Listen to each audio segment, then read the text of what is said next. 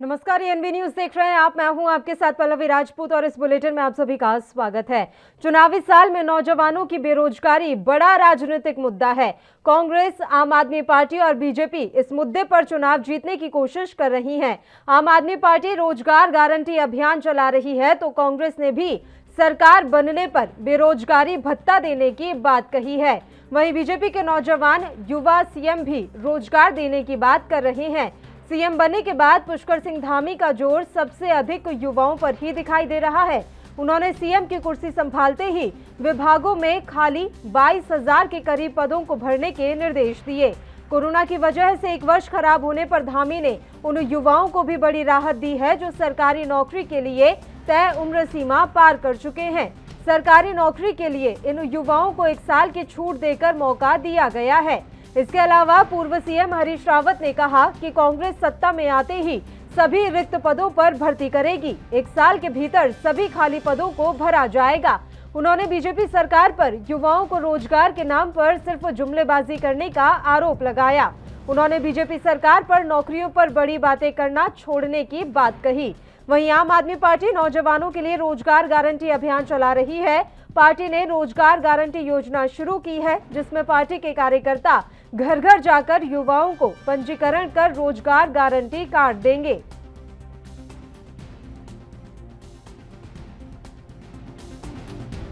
आम आदमी पार्टी के पास देने को और करने को है ही क्या।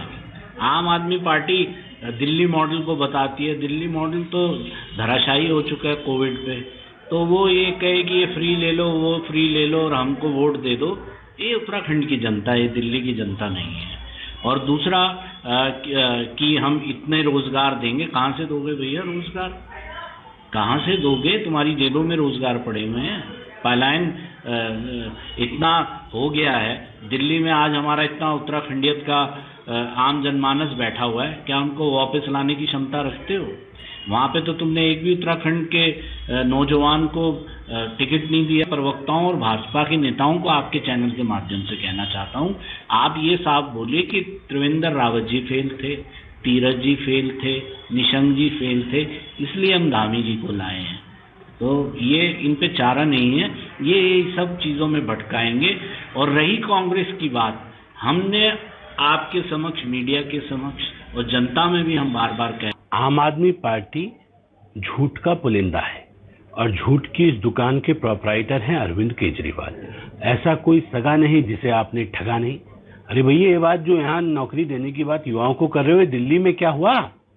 आपने कहा कि दिल्ली में 8 लाख लोगों को रोजगार देंगे। कितने लोगों को दिए जरा बताएं अरविंद केजरीवाल।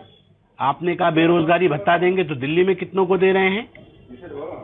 आपने कहा वहाँ यहाँ पे एक पोर्टल खोलेंगे रोजगार बाजार के नाम से। आपने दिल्ली में खोला, कितने रजिस्ट्रेशन हुए और कितने लोगों को नौकरी दी? क्यों मजाक कर रहे हो?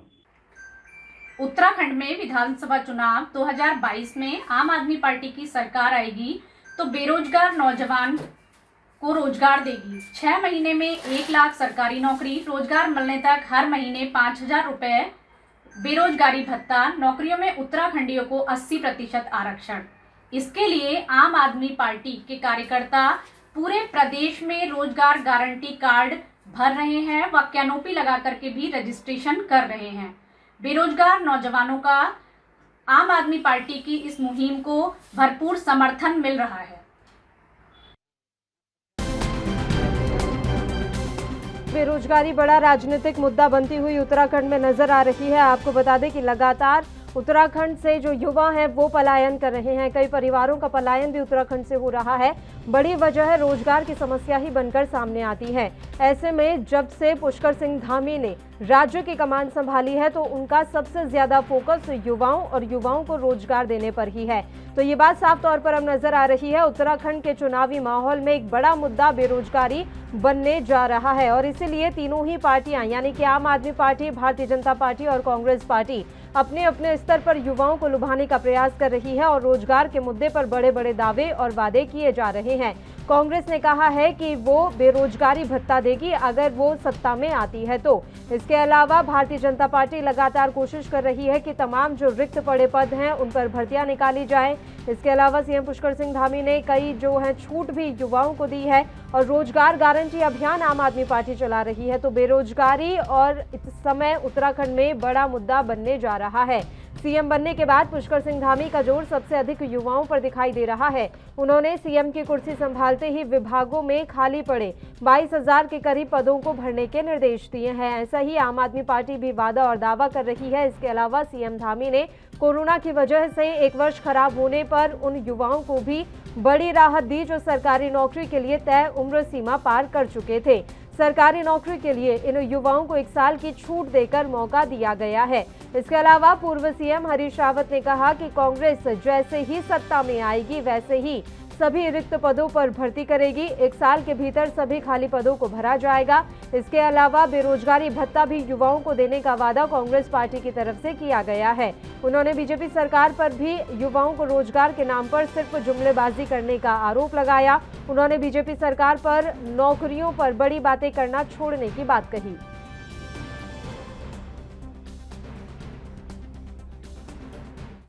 कांग्रेस से लखपत बटोला जी इस समय हमारे साथ लाइव जुड़ गए हैं। चलिए सीधा उन्हीं का रुख कर लेते हैं इस मुद्दे पर चर्चा के लिए। लखपत बटोला जी, रोजगार अब बड़ा मुद्दा उत्तराखंड में बनता हुआ नजर आ रहा है और हम देख पा रहे हैं कि तमाम जो राजनीतिक पार्टियां हैं वो अपनी अपनी तरफ से वादे और बड़े बड़े दावे कर रही हैं रोजगार को लेकर। लखपत जी। जी, निश्चित रूप से रोजगार हमेशा मुद्दा रहा है, लेकिन जिस तरह से पिछले 5 सालों में इस सरकार ने इस प्रदेश को बेरोजगारी के दलदल में धकेल दिया है।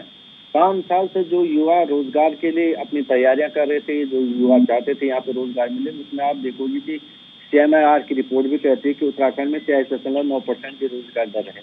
यहाँ पे सबसे तेजी से बढ़ने वाली बेरोजगारी की संख्या उत्तराखंड के अंदर है। ये परिस्थितियां भाजपा सरकार के हैं, चाहे केंद्र में हो चाहे राज्य में। ये एक वैसे तो पूरे देश में आज आप देखोगे पूरे हिंदुस्तान के अंदर बेरोजगारी बहुत बड़ा मुद्दा है। लेकिन जिस दिन 2014 में जब माननीय प्रधानमंत्री जी मोदी जी देश के प्रधानमंत्री बने, उस समय हिंदुस्तान की बेरोजगारी दर मात्र 2% थी, लेकिन जो आज बढ़कर के 23.4% के आसपास चली गई है। ये जो एक पूरे हिंदुस्तान में जो इस समय बेरोजगारी है वो उससे उत्तराखंड अछूता नहीं। लेकिन यहाँ पे जिस तरह से मोदी जी और अमित शाह जी पे भरोसा करके लोगों ने यहाँ पे 2/3 से ज्यादा बहुमत दिया था, उन्होंने केवल और केवल मुख्यमंत्री बदलने का काम किया, जनादेश का अपमान करने का काम किया, उसके अलावा उत्तराखंड को कर्जे में डुबाने का काम किया, भ्रष्टाचार की चरम सीमा पे ले जाने का काम किया। लेकिन रोजगार के मामले में छोटे से 2 उदाहरण दे सकता हूँ कि किस तरह से ये सरकार संजीदा है। पहला उदाहरण ये है कि आप देख सकते हैं फॉरेस्ट गार्ड की भर्ती उत्तराखंड सरकार 5.25 साल में नहीं कर पाई और एक लड़के ने आत्महत्या करते हुए लिखा है कि मां मैं अगला जन्म लूंगा और फॉरेस्ट गार्ड में भर्ती होऊंगा। ये दुखदायी घटना है।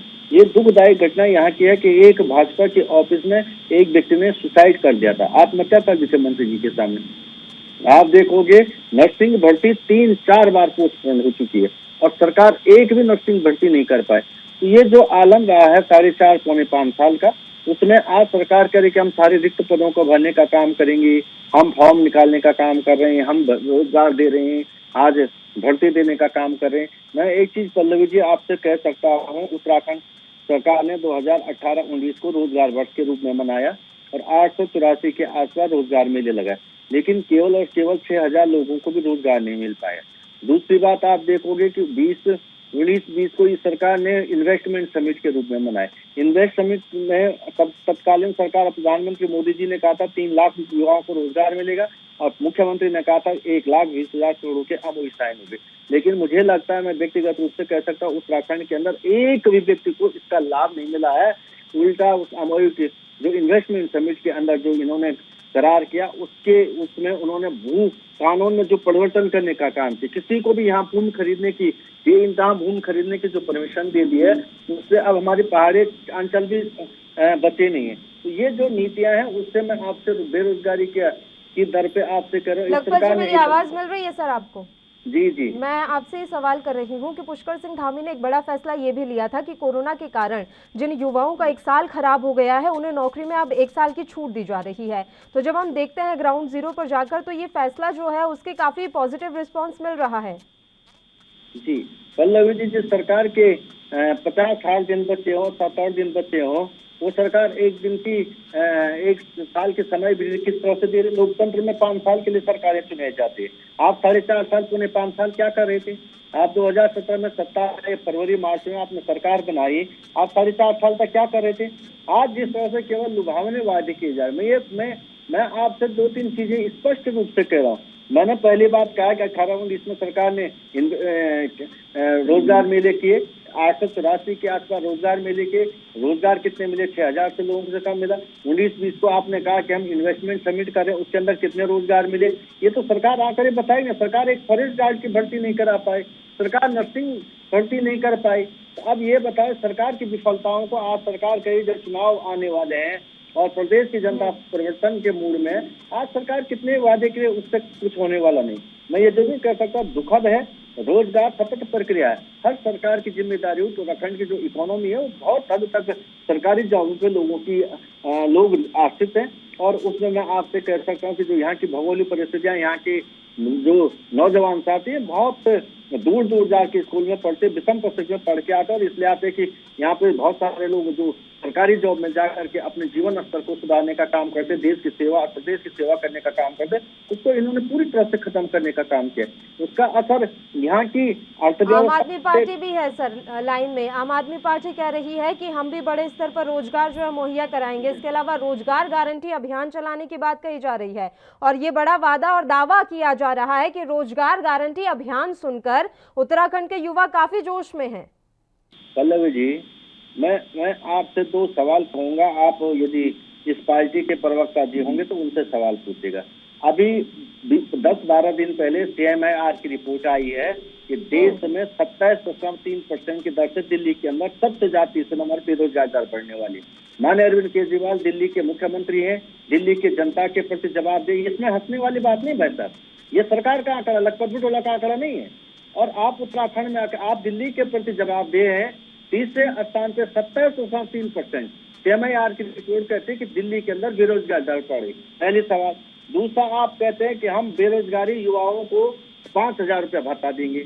मैं एक चीज कह सकता हूँ, 23 लाख परिवार आसपास है। अगर 8 लाख परिवारों का रोजगार जोड़ा भी जाए, 15 लाख लोगों को अगर 5,000 से कैलकुलेट करेंगे और 7.5 अरब रुपया मंथली होता है। उत्तराखंड का राज्य सकल घरेलू उत्पाद ही केवल 2,70,000 करोड़ रुपए का। यहाँ का जो बजट है वो 60,000 करोड़ के आसपास का है। आप 7.5 अरब की बात एक महीने में देने की बात कहते हैं, उसके ऊपर कहते हैं बिजली फ्री मिलेगी, 1 लाख लोगों को रोजगार मिलेगा। जो इनका उसके लिए आम आदमी पार्टी ये बात कहती है कि बजट तो दिल्ली का भी कम है, लेकिन हम उस बजट में से भी बचत कर लेते हैं। तो बचत की बड़ी यहाँ पर बात कही जा रही है। मैं एक सेकंड, मैं थोड़ा सा कह दूं। राजू मौर्य जी जुड़ गए सर हमारे साथ, आम आदमी पार्टी के प्रवक्ता। प्लीज अपनी बात जल्दी खत्म कर लीजिए। पल्लवी जी, मैं आपसे ये राजू भाई साहब से मैं कह सकता हूँ कि तो हमारे मित्र बहन डोईवाला से रहने वाले, मैं एक बात कह सकता हूँ उनसे कि आप एक बार 1484 वर्ग किलोमीटर दिल्ली का क्षेत्रफल, यानी कि डोईवाला ब्लॉक से भी कम क्षेत्रफल है दिल्ली का, 1484 वर्ग किलोमीटर। मैं चमोली बद्रीनाथ का रहने वाला हूँ। चमोली जनपद का 8,000 वर्ग किलोमीटर क्षेत्रफल, एक विधानसभा 4,000 वर्ग किलोमीटर से ज्यादा जाते। 1484 वर्ग किलोमीटर और 8,000 वर्ग किलोमीटर जो एक विधानसभा हो, उसकी कहाँ तुलना की जा सकती? देश की राजधानी है, देश में सबसे ज्यादा इनकम टैक्स पेयर दिल्ली के अंदर है। दिल्ली की भौगोलिक परिस्थितियां, मैंने आपसे कहा कि डोईवाला ब्लॉक से छोटा दिल्ली का भौगोलिक क्षेत्रफल है, उसकी तुलना उत्तराखंड से करना। मैं राजू भाई से ये पूछ सकता हूँ कि भाई आप रिसोर्सेज बताने का काम करेंगे कि भाई रिसोर्सेज कहाँ से उससे बेहतर बता पाएंगे तो ज्यादा अच्छा रहेगा। चलिए राजू मौर्य जी, आपकी टर्न है सर, और मैं आपसे जानना चाहती हूँ कि कैसे आप युवाओं को रोजगार देंगे। दिल्ली में आपने युवाओं को रोजगार देने का जो वादा किया, उसकी पोल किस तरीके से खुली है वो मुझे रिपीट करने की जरूरत नहीं है। राजू जी, पूरे देश के लोग बिहार, तमाम राज्यों जाकर के बड़ी संख्या में रोजगार कर रहे हैं। ये सीधे सीधे इस बात का प्रमाण है कि दिल्ली के अंदर रोजगार के अवसर उपलब्ध है। ये कोई भी सर्वे दिखाकर ये 4 लोगों को पकड़ करके दिखा दिया जाए कि या किसी रिपोर्ट के हवाले से कहा जाए कि दिल्ली के अंदर बेरोजगारी दर बहुत बढ़ रही है या बढ़ने वाली है, ये हास्यास्पद है। रही बात उत्तराखंड की, उत्तराखंड के पास इतने रिसोर्सेज हैं कि शायद ही देश में हमारे किसी राज्य के अन्य के पास है। हमारे पहाड़ सारे बंजर हो रहे हैं। अगर आप रोजगार सृजन की बात करें तो पहले तो 57,000 जो नौकरियां खाली पड़ी हैं, जो बेरोजगार युवाओं को वहां रोजगार दे सकते हैं, पहले तो उनको भरने की आवश्यकता है। नए अवसर, तमाम तरह के नए अवसर हैं जिससे नए पदों को सृजन किया जा सकता है। इसके अलावा अगर आप उत्तराखंड की भौगोलिक परिस्थितियों की, क्योंकि मैं खुद उत्तराखंड के तमाम हिस्सों में घूमा हूँ, पहाड़ों में रहा हूँ, यहाँ टूरिज्म की अपार संभावनाएं, यहाँ पर जड़ी बूटियों की खेती की अपार संभावनाएं, और इन सबसे बढ़कर के उत्तराखंड में टी बिजनेस, जो कि वर्ल्ड लेवल पर प्रसिद्धि रखता है, लोग पूरी दुनिया में चाय पसंद करते हैं, चाय पीते हैं, तो टी इंडस्ट्री उत्तराखंड में इतनी बेहतर है। अगर हमारे पहाड़ जो हैं वो दार्जिलिंग के पहाड़ों को कंपेयर करते हैं, वेस्ट बंगाल में जो पार्ट है जहाँ पर चाय का काम होता है, अगर हम उत्तराखंड के पहाड़ों पर भी करें ना, तो सुअर और तमाम जानवर, बंदर जो हमारी खेती को खराब कर देते हैं और किसान खेती करना बंद कर चुका है, वो भी इससे जुड़ेगा और रोजगार इतना होगा कि हमारा एक बेरोजगार बच्चा बेरोजगार नहीं रहेगा, बल्कि और राज्यों से आकर लोग उत्तराखंड में रोजगार पाएंगे।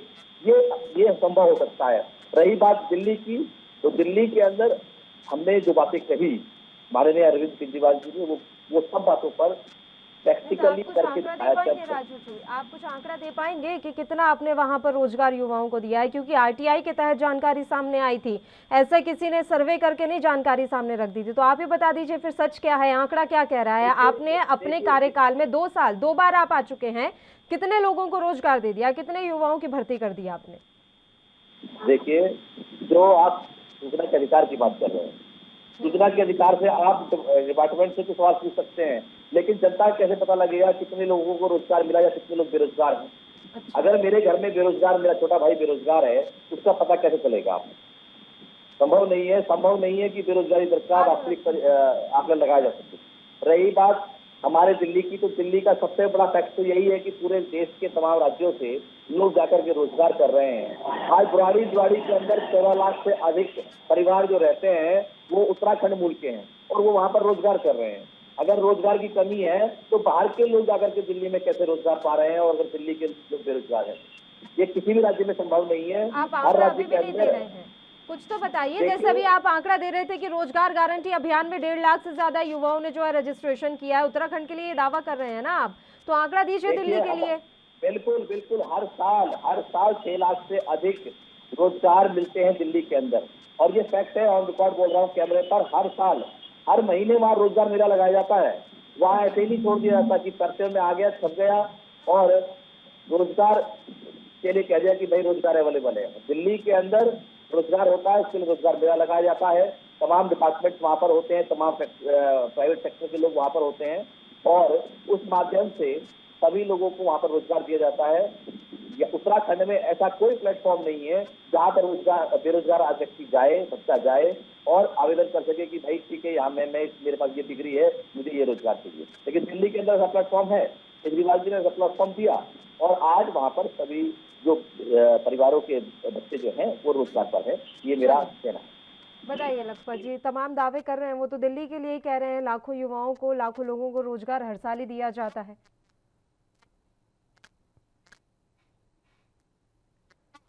लखपत जी तक आवाज नहीं पहुंच पा रही, एक बार फिर हम उनके साथ जुड़ने का प्रयास करेंगे। तो राजू मौर्य जी, बात ऐसी है कि आप रोजगार गारंटी अभियान की बात तो कर रहे हैं, लेकिन वही जो उन्होंने कहा कि किस तरीके से बजट आप मैनेज करेंगे, चलिए बजट भी आप मैनेज कर लेंगे, लेकिन क्या आप अपनी धरातल को, अपनी सियासी जमीन को इतना मजबूत वहां पा रहे हैं कि आप बीजेपी और कांग्रेस को टक्कर देते हुए सत्ता हासिल कर लेंगे?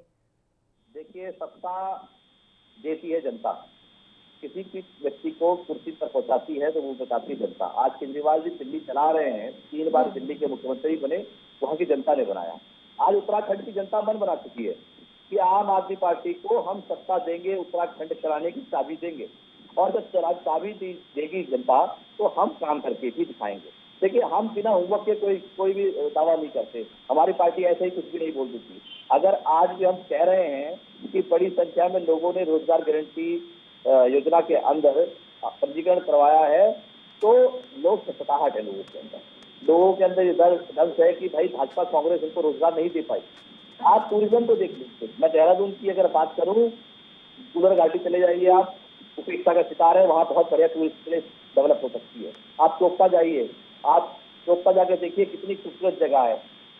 यहाँ पर अच्छी एक बढ़िया फिल्म इंडस्ट्री के लिए बड़ा अच्छा प्लेटफॉर्म है, लेकिन कोई फिल्म इंडस्ट्री की तरफ बनाने की तरफ काम नहीं कर रहे हैं। बड़े बड़े डायरेक्टर्स यहाँ पे आते हैं, बोलते हैं हम यहाँ काम करने को तैयार हैं।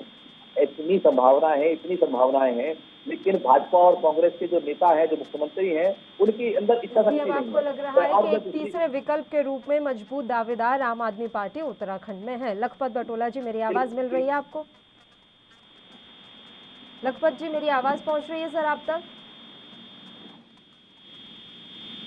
लखपत जी तक आवाज नहीं पहुंच रही है। एक बार फिर से हम उनके साथ जुड़ने का प्रयास करते हैं।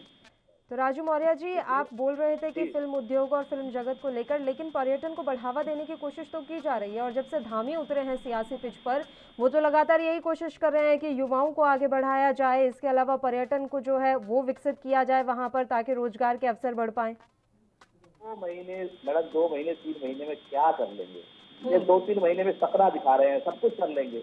अरे 5 साल आपकी सरकार रही, आप क्यों नहीं मानते? आप कहिए ना, जनता के सामने जाइए, स्वीकार कीजिए कि हमने आपके 4.5 साल खराब किए हैं। हमने आपको ऐसे व्यक्ति मुख्यमंत्री के रूप में दिए हैं जो नाकाम रहे उत्तराखंड का विकास करने के लिए। भाजपा पहले स्वीकार करे उस चीज को। 4.5 साल का कार्यकाल जो भाजपा के मुख्यमंत्रियों का रहा, वो अत्यधिक निराशाजनक रहा, और ये भाजपा ने एक्सेप्ट किया, तभी अपने 2 मुख्यमंत्री बदले। वो एक डिजर्विंग कैंडिडेट नहीं दे पा रहे हैं चीफ मिनिस्टर के लिए। वो बात करते हैं विकास की। आज वो कह रहे हैं कि जो लॉकडाउन के दौरान 1 साल खराब हुआ, हम भर्तियों में उसका 1 साल बढ़ा देंगे आवेदन करने के लिए, उसकी जो उम्र का दायरा है। अरे आपने नौकरियां कितनी दी? आपने उत्तराखंड जब से बना है, देखिए ना, अब हर साल लगातार पहाड़ खाली होते जा रहे हैं, पलायन होते जा रहे हैं, लोग दिल्ली जा रहे हैं, बंबई जा रहे हैं, पूरा का पूरा उत्तराखंड खाली हो गया है। उनके लिए अब लॉकडाउन में देख लीजिए कितने लोग अपने परिवार वापस आए। देखो बड़ी संख्या में लोग वापस आए। ये 100 परिवारों को भी उत्तराखंड में रोक पाने में नाकामयाब है। क्यों नहीं रोका भाई आपने? आपके पास अवसर था।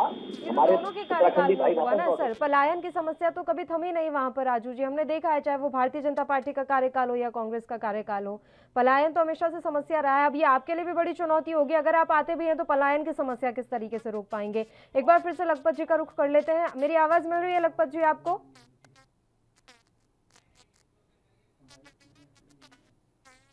राजू मौर्य जी, आवाज नहीं पहुंच रही है लखपत जी से। आपसे ही मैं अभी सवाल करूंगी कि आपके सामने बड़ी चुनौती है, आप किस तरीके से रोक पाएंगे पलायन की समस्या को? देखिए, चुनौती बिल्कुल चुनौती है। जी, 1 मिनट दे दीजिए लखपत होता है। देखिए, चुनौती अगर जिस पुरुषार्थ होता है वो अपने कर्मों से अपनी कर्म हुई बनाता है। हमारे पास चुनौतियां जरूर हैं। भाजपा कांग्रेस ने चुनौतियों का एक बड़ा प्लेटफॉर्म खड़ा कर दिया है, लेकिन उन सभी चुनौतियों को आने वाले 5 साल में हम बखूबी निभाएंगे और उत्तराखंड को एक समृद्ध उत्तराखंड बना के दिखाएंगे। इस राज्य को हम देवभूमि जिसे कहते हैं, इसको वास्तव में शुभकामनाएं सर आपको। अगर आप इतनी अच्छी नीयत के साथ काम करना चाहते हैं तो हम तो यही चाहेंगे कि उत्तराखंड की जो भी समस्याएं हैं वो तो खत्म हो जाएं। लखपत जी, आवाज मिल रही है आपको? जी पल्लवी जी। सर, अब आप अपनी बात जारी रखिए। उन्होंने काफी सारी बातें कही है। उन्होंने दिल्ली में रोजगार का भी कहा है कि हर साल लाखों लोगों को रोजगार मिल रहा है। देश जो, मैं इससे ज्यादा कुछ नहीं कह सकता हूँ। जब देश की जो रेटिंग एजेंसी जो बेरोजगार को नापती, CMIR की रिपोर्ट जो कहती है, इससे हमारे मौर्य साहब कह रहे हैं कि झूठ आंकड़े दिए जा रहे हैं, उससे मैं कह नहीं सकता हूँ। दूसरी बात, उन्होंने कहा कि दिल्ली में पूरे देश के लोग रोजगार करने चले जाते, तो क्या अरविंद केजरीवाल 2014 के बाद लोग दिल्ली में रोजगार के लिए जाने लगे हैं? इससे पहले हिंदुस्तान के लोग दिल्ली में रोजगार नहीं पाते थे। क्या उत्तराखंड के लोग दिल्ली में नौकरियां और रोजगार के लिए नहीं जाते थे? मौर्य साहब, जब से देश आजाद हुआ, देश की आजादी से पहले दिल्ली एक हब रहा है, केंद्र रहा है, और पूरे देश के लोग वहाँ रोजगार के लिए जाते हैं। आपके आने के बाद तो वहाँ ज्यादा पलायन हुआ, लोग वापस आए, फट पलायन की स्थिति आ पड़ गई। दिल्ली में लोगों की स्थिति इस तरह से हो गई है कि लोग वापस आने शुरू कर दिए। मैं पहली बात ये कह सकता हूँ, उत्तराखंड में कितने लोग वापस आए आपको पहली बात पता है। मैं इस बात पे भी नहीं जाऊँ। मैंने आपसे बेरोजगार आकर दिए, इसलिए मैं बहुत ज्यादा अभी इस पार्टी पे इसलिए नहीं कह सकता हूँ। मैंने कहा कि माने केजरीवाल जी दिल्ली की जनता के पर जवाब दें, दिल्ली में कुछ अच्छा करके दिखाएं तो बहुत अच्छा हो। इनकी बहुत सारी बातें जो मैं सुन नहीं पाया, और आप समय में बीच में समय भी मांग रहा था, आपने दिया नहीं। लेकिन मैं ये जरूर कह सकता हूँ कि इन्हें जहाँ सिद्ध करना, जहाँ इनके राज्य में सरकार है वहाँ ये सिद्ध करे तो बहुत अच्छी बात रहेगी और बहुत बेहतर होगा। वहाँ का मॉडल ये दिखाएंगे तो ज्यादा अच्छा से। मैं ये कह सकता हूँ उत्तराखंड और देश के अंदर जो भाजपा की सरकार है उससे मैं निश्चित रूप से कह सकता हूँ कि भाजपा की डबल इंजन की सरकार ने प्रदेश को बेरोजगारी के चरम पे पहुंचाया है, भ्रष्टाचार के चरम पे पहुंचाया है, महंगाई के चरम पे पहुंचाया, उसके अलावा इस प्रदेश को कर्जा देने के चरम पे पहुंचाए। आज प्रदेश से 70,000 करोड़ रुपए का कर्जा भाजपा सरकार ने दिया है। ये जो स्थितियां उत्तराखंड के अंदर बनी है या देश के अंदर बन रही, आज भी आप देखो हर दिन डीजल पेट्रोल के दाम बढ़ रहे, हर दिन सिलेंडर के दाम बढ़ रहे, हर दिन खाने के तेल के दाम बढ़े, सारी सब्जियों के दाम बढ़े, ये किसी से चुकेगा। इसके अलावा बेरोजगारी की जो महामारी इस प्रदेश के अंदर देश के अंदर बनी हुई ये बहुत चिंताजनक है। मैं समझता हूँ कि प्रदेश की जनता ने मूड बनाया, परिवर्तन निश्चित रूप से करेगी। हाँ, मैं मौर्य साहब को शुभकामनाएं दे सकता हूँ कि आप लोगों को बहुत कुछ करना है। और अभी मैंने आपसे कहा कि दिल्ली की इसलिए तुलना नहीं की जा सकती। मौर्य साहब डोलीवाला ब्लॉक से भी छोटा दिल्ली का क्षेत्रफल है और उसके अंदर 70 विधायक आते, 2 करोड़ से ज्यादा की पॉपुलेशन दिल्ली के अंदर है और उसके अंदर समतल भूमि है। जैसे डोईवाला तो कई क्षेत्र पहाड़ी भी, लेकिन वहाँ पूरी भूमि समतल है। उसके अलावा देश की राजधानी है। उसके अलावा दिल्ली में जो है इनकम टैक्स पेयरों की संख्या ज्यादा है, उसके बावजूद भी दिल्ली बेरोजगारी की चरम पे है और 27.3% CMR की रिपोर्ट 10 दिन पहले की है। ये कोई पुरानी रिपोर्ट में कोट नहीं कर रहा हूँ। नहीं, वो तो कह रहे हैं कि हम तो हर साल लाखों लोगों को देते हैं रोजगार। ये रिपोर्ट ऐसी है, वो तो RTI की रिपोर्ट मानने को तैयार नहीं। उन्होंने कहा कि 6 लाख लोगों को हम पर ईयर रोजगार देते हैं। आप माने बस 7 साल सत्ता में हो गए हैं तो दिल्ली के 2 करोड़ में तो आपने 50 लाख लोगों को रोजगार दे दिया। देश की आधी बेरोजगारी तो आप ही कम कर देते से आप बात करें। देखो, इस चीज से इन बातों से कुछ नहीं होना। अरविंद केजरीवाल आकर के एक प्रेस कॉन्फ्रेंस कर दें, कह दे कि उत्तराखंड को देवभूमि को बनाएंगे, हम रोजगार दे देंगे, फिर भाग जाएंगे, कहेंगे कि हम भाई आप बताए, आप मौर्य साहब उत्तराखंड में रहते हैं, आप उत्तराखंड की बात करोगे ना, जनता भरोसा आप पे करोगे। दिल्ली के हिसार के व्यक्ति को ला करके, जहाँ हरियाणा की जनता ने जिस व्यक्ति पे भरोसा नहीं किया, 6 महीना हिसार में रहे और 1% वोट नहीं पड़ा, जमावटें जब हुई हरियाणा के अंदर, तो उत्तराखंड को गारंटी दे रहा। पहली बात है। दूसरी बात, मैं आपसे ये कह सकता हूँ मौर्य साहब, पलायन की आपने बात की है, जो आपके मुख्यमंत्री के दावेदार है वो खुद पलायन कर चुके हैं, वो तो पलायन करके देहरादून में आ रखे हैं। लखपत जी, हमारे साथ दिगंबर नेगी जी भी इस समय जुड़े हुए हैं, भारतीय जनता पार्टी के नेता हैं। क्योंकि समय की बहुत कमी है तो एक रिएक्शन हम उनसे भी ले लेते हैं। दिगंबर जी, मेरी आवाज मिल रही है आपको? जी पल्लवी जी, आपकी आवाज आ रही है। सर, बहुत अंत में आप जुड़े हैं, अभी पूरा शो जो है खत्म होने वाला है, लेकिन फिर भी मैं आपसे प्रतिक्रिया जरूर चाहूंगी। रोजगार को लेकर अब कोशिशें की जा रही हैं उत्तराखंड में कि युवाओं को साथ लिया जाए। पहली बात तो मैं आपसे निवेदन करना चाहूंगा कि जिस पार्टी का इस उत्तराखंड की विधानसभा में एक भी विधायक नहीं है, आप लोग, और जो उत्तराखंड में बिना विधायक की एक पार्टी और भी है और यहाँ की स्थानीय पार्टी उत्तराखंड क्रांति दल, आप उससे आम आदमी पार्टी की तुलना कीजिए। उसका कंपटीशन जो है उनके साथ है। आप 2 राष्ट्रीय दलों के साथ आम आदमी पार्टी की डिबेट करा करके हमेशा जो है इन दोनों राष्ट्रीय दलों के स्तर को नीचा करने की कोशिश करते हैं। अगर आगे से इस प्रकार से सुन लीजिए, आप मेरी बात सुन लीजिए। ये क्या बात? यदि आगे से आप ऐसा करेंगे तो मैं आपकी डिबेट में नहीं आऊंगा। वो आपकी मर्जी है सर, लेकिन आप डिसाइड नहीं करेंगे ना कि ENB पे कौन सा गेस्ट बैठेगा और कौन सा नहीं बैठेगा। माफी चाहूंगी, लेकिन ये आप डिसाइड नहीं करेंगे। क्या हम डिसाइड करते हैं कि आपकी पार्टी में कौन सा आना चाहिए विधायक, कौन सा नेता आना चाहिए, कौन सा जाना चाहिए? करेंगे आप लोग कि जिसका एक भी विधायक सदन में नहीं है और उसको आप जो राष्ट्रीय दलों के समक्ष लाना चाहते हैं, तो वो उस डिबेट में हम कभी पार्टिसिपेट नहीं करेंगे आगे से। वो आपकी मर्जी है सर, हमें कोई दिक्कत नहीं है। बिल्कुल, शुक्रिया दिगंबर जी। इस तरह की बातचीत का हमारे पास कोई भी विकल्प नहीं है और ना इस तरह की बातचीत की कोई जगह है हमारे पास। बहुत बहुत शुक्रिया दिगंबर जी, आप हमारे साथ जुड़े। और आप दोनों ही मेहमानों का मैं धन्यवाद अदा करना चाहूंगी तमाम चर्चा करने के लिए आप हमारे साथ जुड़े। तो आपको बता दें कि उत्तराखंड में पलायन बड़ी समस्या है और इसलिए अब रोजगार के वादे हर एक पार्टी यहाँ पर कर रही है। अब देखने वाली बात तो यही रहेगी कि जो युवा है वो किस पार्टी के साथ जाता है। इसी के साथ इस बुलेटिन में फिलहाल के लिए इतना ही। मुझे दीजिए इजाजत। देश और प्रदेश के तमाम ताजा खबरों के लिए आप बने रहिए हमारे साथ। नमस्कार।